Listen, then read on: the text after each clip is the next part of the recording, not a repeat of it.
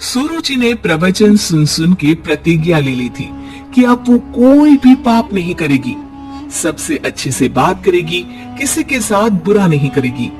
बहू, ये मच्छर तेरे गाल पे कब से बैठा है? अरे काट लिया तो गाल गुलाब की तरह लाल कर देगा। बैठे रहने दो माँ जी, उसे आराम करना होगा। उसने मेरे गाल को अपना घर समझ लिया है, तो मैं उसे बेघर क्यों करूं? अरे ज्ञान की बारिश बाद में करना, अपने गाल का मच्छर हटा ले। मलेरिया हो गया तो तुझे आराम करना पड़ेगा। माँ जी, डेंगू मलेरिया तो सांसारिक बीमारियां हैं, हमें इनसे ऊपर ही तो उठना है ना। अरे बेटा, इनसे आदमी ऊपर ही उठ जाता है। क्या हुआ? काट लिया। अरे मैंने तो कहा ही था, मार देना था उसको। नहीं नहीं माँ जी, उसे भोजन करना था, मैंने उसे पोषण दिया है, मुझसे पुण्य का काम हुआ है। अरे उड़ रहा है टुनटुना के, ताली बजा के मार दे वरना फिर काट खाएगा।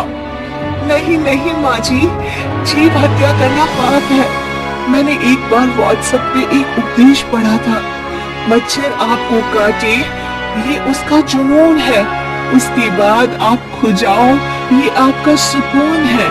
लेकिन कभी मच्छर को मारना मत, क्योंकि उसकी रगों में आपका ही खून है।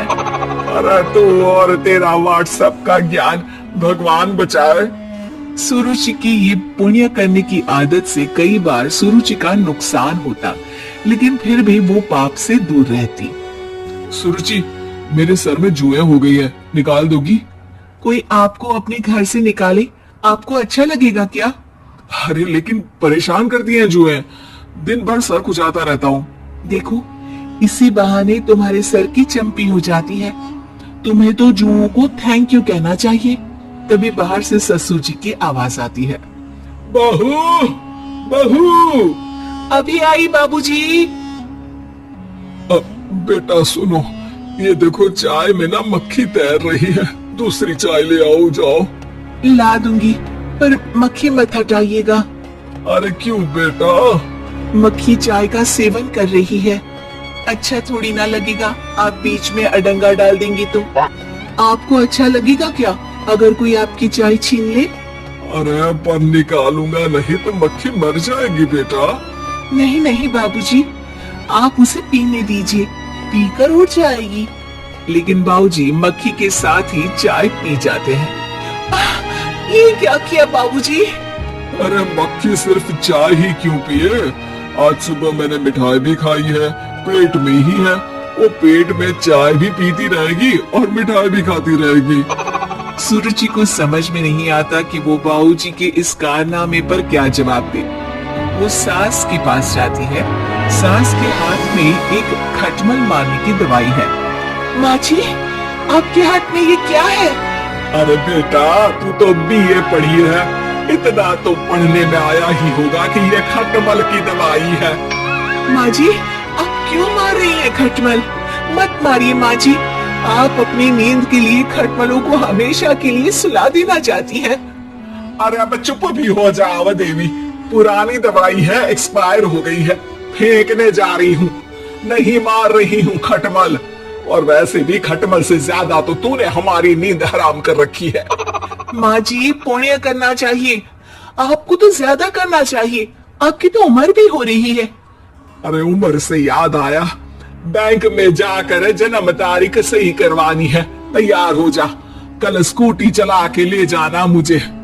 अगले दिन सास घर से निकलने से पहले दही शक्कर खा रही है और जल्दी जल्दी में हाथ नहीं धोती। बहू स्कूटी निकालती है और सास ताला लगाती है। ताला लगाते वक्त शक्कर के दाने ताले पे रह जाते हैं और दोनों सास बहू हड़बड़ी में घर से बाहर निकल जाती हैं। अच्छा हुआ कि तेरी स्कूटी में सेल्फ स्टार्ट है, वरना तू तो बोलती कि मैं किक नहीं मारूंगी, किक मार दी तो पाप लगेगा। माँ जी, इस तरह मजाक करना भी पाप होता है। दोनों सास बहू बैंक पहुँचती हैं।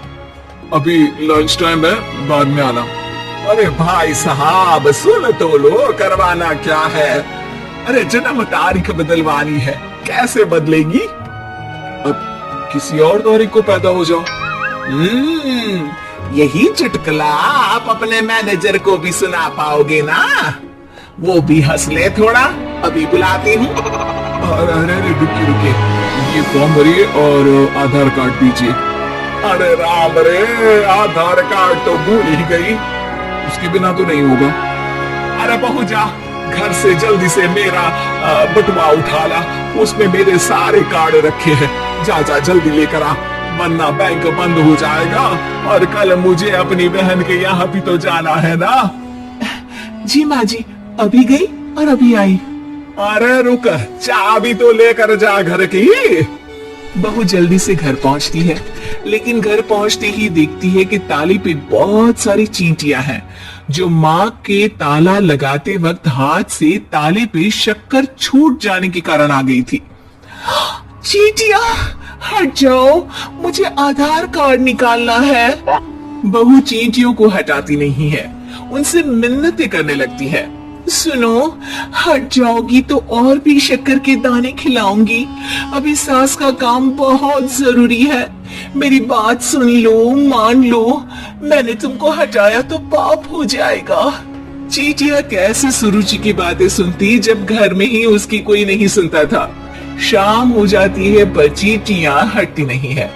तभी सास वहां ऑटो से आ जाती है। अरे कहाँ रह गई तू? बैंक भी बंद हो गया। माँ जी, ताले पे चींटी।